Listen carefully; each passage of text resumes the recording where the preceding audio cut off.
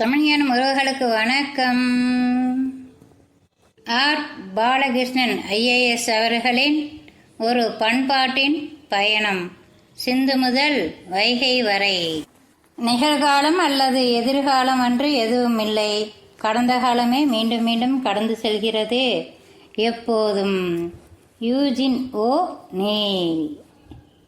பதிப்புரை. கல்வெட்டியல் சிந்துவெளி ஆய்வாளரான ஐராவத மகாதேவன் அவர்களின் வழிகாட்டுதலின்படி ராஜா முத்தையா ஆராய்ச்சி நூலகத்தில் 2007ஆம் ஆண்டு சிந்துவெளி ஆய்வு மையம் உருவாக்கப்பட்டது. மையத்தின் முதல் மதிப்புற ஆலோசகராக பொறுப்பேற்ற மகாதேவன் 2011ஆம் ஆண்டு வரை அப்பொறுப்பில் செயல்பட்டார். 2012ஆம் ஆண்டு முதல் இம்மையத்தின் மதிப்புற ஆலோசகராக திரு ஆர் பாலகிருஷ்ணன் அவர்கள் செயல்பட்டு வருகிறார். இவர் இடப்பெயராய்வு, சிந்துவெளி, தமிழியல் முதலிய ஆய்வு புலங்களில் நன்கு அறியப்பட்டவர். முக்கியமான ஆய்விதழ்களில் பல ஆய்வு கட்டுரைகளை வெளியிட்டுள்ளார். 2012ஆம் ஆண்டு சிந்துவெளி ஆய்வு மைய ஆய்விதழில் இவர் வெளியிட்ட கட்டுரை பரவலான கவனத்தை பெற்றது. இக்கட்டுரையை இவர் தமிழில் மொழிபெயர்த்து சிந்துவெளி பண்பாட்டின் திராவிட அடித்தளம் என்ற பெயரில் 2016ஆம் ஆண்டு நூலாக வெளியிட்டார். இந்நூல் பல மறு அச்சுக்களை கொண்டுள்ளது. ஆர் பாலகிருஷ்ணன் சிந்துவெளி குறித்த தனது 30 ஆண்டு கால ஆய்வுகளை தொகுத்து ஆங்கிலத்தில் நூலாக வெளியிட முடிவு செய்தபோது ராஜா முத்தையா ஆராய்ச்சி நூலகத்தின் வழி அதனை வெளியிட வேண்டும் என்ற எங்கள் விருப்பத்தை தெரிவித்தோம். அவரும் அதனை உடனடியாக ஏற்றுக்கொண்டார். 2019ஆம் ஆண்டு டிசம்பரில் journey of civilisation Indus to Vaigai எனும் தலைப்பில் வெளியிடப்பட்ட இந்நூல் சிந்துவெளி மற்றும் தமிழ் ஆய்வு பரப்பில் பெரும் வரவேற்பை பெற்றது. ராஜா முத்தையா ஆராய்ச்சி நூலகம் சில வெளியீடுகளை தனித்தும் சிலருடன் சேர்ந்தும் வெளியிட்டிருந்தாலும் இந்நூலகம் வெளியிட்ட முழு முதல் ஆய்வு நூல் இதுவே. சிந்துவெளி ஆய்வு முன்னோடியில் ஒருவரான அஸ்கோ ஃபர்போலா உள்ளிட்ட பல ஆய்வாளர்கள் இந்நூலை குறித்து நல்ல கருத்துக்களை தெரிவித்துள்ளனர். தி ஹிந்து, அவுட்லுக், ஃப்ரண்ட்லைன் முதலிய இதழ்களிலும் ஹரப்பா.com உள்ளிட்ட சில இணையதளங்களிலும் இந்நூலின் மதிப்புரைகள் வெளிவந்துள்ளன. ராயல் அசியாஸ்டிக் சொசைட்டியின் ஆய்விதழ் இந்நூலை குறித்து விரிவான மதிப்புரையை வழங்கியுள்ளது. கோவிட் தொற்று காலத்திலும் கூட அடுத்தடுத்து இந்நூலின் 3 மறு அச்சுகள் வெளிவந்தன. 4ஆம் மறு அச்சு விரைவில் வெளிவர உள்ளது. இந்நூல் தமிழ் சமூகத்தில் மட்டுமின்றி உலக அளவில் முக்கியமான உரையாடலை உருவாக்கியுள்ளது. இந்நூலை பல வாசிப்பு குழுக்கள் மூலம் வாசித்தல், உரையாடலை மேற்கொள்ளுதல் என்பவை ஒரு இயக்கமாகவும் பயிற்சியாகவும் செயல்படுகிறது. இந்நூல் குறித்த பயிலரங்குகள் தமிழ்நாட்டிலும் அமெரிக்காவிலும் நியூசிலாந்திலும் நடைபெற்று வருகின்றன.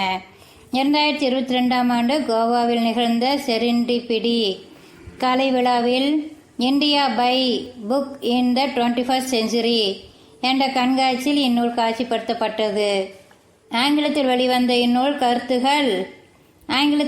இந்நூலின் கருத்துகள் தமிழ் சமூகம் முழுவதையும் சென்றடைய வேண்டும் என்பதற்காக இந்நூலை தாமே தமிழில் மொழிபெயர்க்க பாலகிருஷ்ணன் முடிவெடுத்தார்.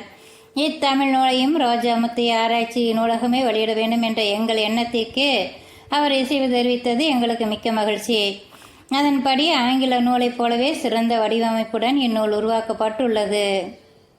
சிந்துவெளி ஆய்வுகள் உச்சத்தை தொட்டிருக்கின்றன. இன்றைய சூழலில் சிந்துவெளி பண்பாடு குறித்த பல புதிய கண்டுபிடிப்புகள் வெளிவந்து கொண்டே இருக்கின்றன. சிந்துவெளி ஆய்வுகள் உச்சத்தை தொட்டிருக்கின்ற இன்றைய சூழலில் சிந்துவெளி பண்பாடு குறித்த பல புதிய கண்டுபிடிப்புகள் வெளிவந்து கொண்டே இருக்கின்றன. இத்தகைய சூழலில் ஆர் பாலகிருஷ்ணனின் இந்நூல் உலகம் முழுவதும் மேற்கொண்டு வரும் தற்கால நவீன ஆய்வு முறையில் எழுதப்பட்டிருப்பதோடு மட்டுமல்லாமல் ஆய்வாளர்கள் மத்தியில் தொடர்ந்து நீடிக்கும் பல கேள்விகளுக்கு பதில்களையும் அளிக்கிறது, புதிய கேள்விகளையும் தூண்டுகிறது, உரையாடல்களை உருவாக்கியுள்ளது. சிந்துவெளி பண்பாடு உலகிற்கு அறிவிக்கப்பட்டு 100 ஆண்டுகளாக போகிறது.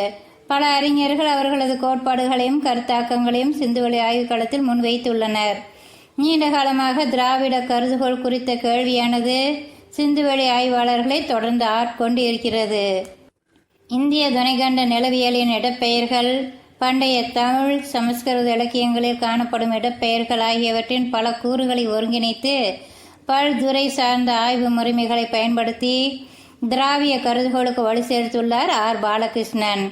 ஐராவத மகாதேவன் இன்னும் இதை ஏன் கருதுகோள் என்று குறிப்பிட வேண்டும்? சிந்துவெளி பண்பாடு உண்மையில் திராவிட பண்பாடுதான் என்று கூறினார். இத்துடன் மகாதேவன் எழுதிய இறுதியான கட்டுரையில் கூட ஆர் பாலகிருஷ்ணன் எழுதிய சிந்துவெளி பண்பாட்டின் திராவிட அடித்தளம் நூலின் தரவுகளை மேற்கோள் காட்டி திராவிட பண்பாட்டிற்கான புதிய தரவுகளை முன்வைத்தார்.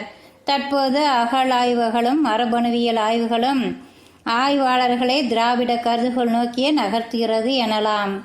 சிந்துவெளிக்கு பிந்தைய மரபுகளையும் தமிழ் சமூகத்தின் தோல் வரலாற்றையும் சரியாக புரிந்து கொள்வதற்கு சங்க இலக்கியத்தின் மறு வாசிப்புக்கான தேவையை இந்நூலில் பாலகிருஷ்ணன் வலியுறுத்துகிறார். கால நில இடைவெளிகளை நிரப்பும் முறையும் சிந்துவெளி புதிர்கள் சவால்கள் ஆகியவற்றுக்கு விடையளிக்கும் அவரின் முயற்சிகளும் இந்த முழு ஆய்விற்கு மெருகூட்டுகிறது. ரோஜா முத்தையா ஆராய்ச்சி நூலகம் இந்நூல் வெளியிடும் திட்டத்திற்காக நிதி உதவியினை பெற பொது கோரிக்கை விடுவித்தது. அதற்கு நன்முறையில் ஆதரவும் கிடைத்தது. இம்முயற்சிக்கு ஆதரவு அளித்த அனைத்து நன்கொடையாளர்களுக்கும் எனது நன்றியை தெரிவித்துக் கொள்கிறேன். இந்நூலின் உருவாக்கத்தில் என்னுடன் பயணித்து ஆதரவாக இருந்த வடிவமைப்பாளர் மோசஸ் கிளாட்சனுக்கும் என் சக பயணிகளான ரா பிரகாஷ், மா மணிகண்ட சுப்பு, ரஞ்சித் ரூசோ, சே தனபால், சு முத்துமாலதி ஆகியோருக்கும் நன்றி. சுந்தர் கணேசன், இயக்குனர், ரோஜா முத்தையா ஆராய்ச்சி நூலகம். மீண்டும் சந்திப்போம். நன்றி நண்பர்களே.